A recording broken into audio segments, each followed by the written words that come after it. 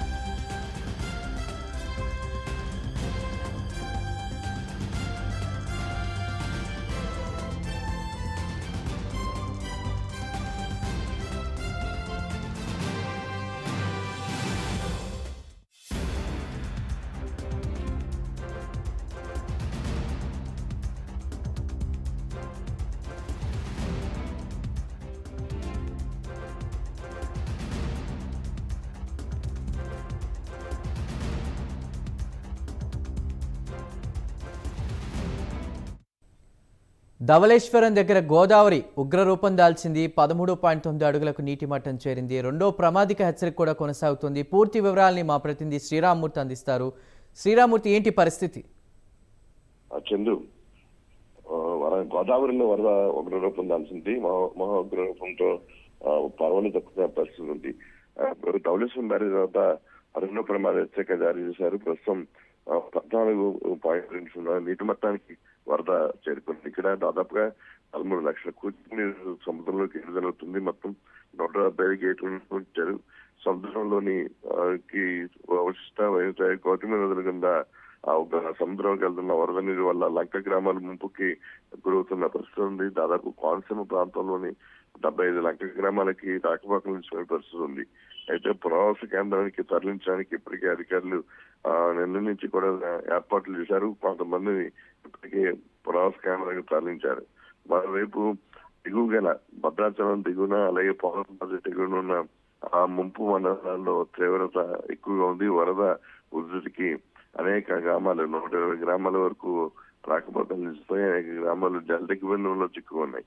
ఇక్కడ చూసినట్లయితే దాదాపుగా 149 పునరావాస కేంద్రాలను ఏర్పాటు చేశారు. లోతట్టు గ్రామాల ప్రజల్ని, అలాగే ముంపు గురైన ప్రజల్ని పునరావాస కేంద్రానికి తరలిస్తున్నారు. బియ్యం ఒక్కొక్క కుటుంబానికి 2 నెలల బియ్యాన్ని ఉచితంగా అందజేస్తున్నారు. ఇక్కడ జిల్లా కలెక్టర్ దినేష్ కుమార్ దగ్గరుండి ఈ సహాయక చర్యలు ఏర్పాట్లు చేస్తున్న పరిస్థితి ఉంది. పోలవరం ప్రాజెక్టు దగ్గర మొత్తం కండిపించమారేం పూర్తిగా జల దిగ్బంధంలో చిక్కిపోయి ఉంది. ఉగ్రరూపం దాల్చి ప్రవేశిస్తున్న పరిస్థితి ఉంది. ఇంకా మరింతగా భద్రాచలం దగ్గర నీటి మట్టం పెరుగుతూ ఉంది. ఇప్పుడు 51.1 అడుగులకి చేరుకుంది. ఇక్కడ కూడా మరింతగా పెరిగే పరిస్థితి కనిపిస్తుంది. ఎగువ నుంచి భారీగా వరద వచ్చి చేరుతుంది. సబరికి నీరు కూడా ఇంకా తగ్గుముఖం పట్టిస్తుంది. ఇక్కడ కూడా పరవళ్ళు దక్కుతూ ఉండటంతో మొత్తం మీద వరద గోదావరి పరవళ్ళు తక్కువ ప్రవహిస్తున్న పరిస్థితి ఉంది. ఎలాంటి పరిస్థితులు ఏదైనా సరే ఎదుర్కోవడానికి సిద్ధంగా ఉన్నారు. జిల్లా కలెక్టర్లు ఎక్కడికక్కడే ఏర్పాట్లు చేసి సహాయక చర్యలు ముమ్మరం చేశారు. Right Sriramamurthy, thank you.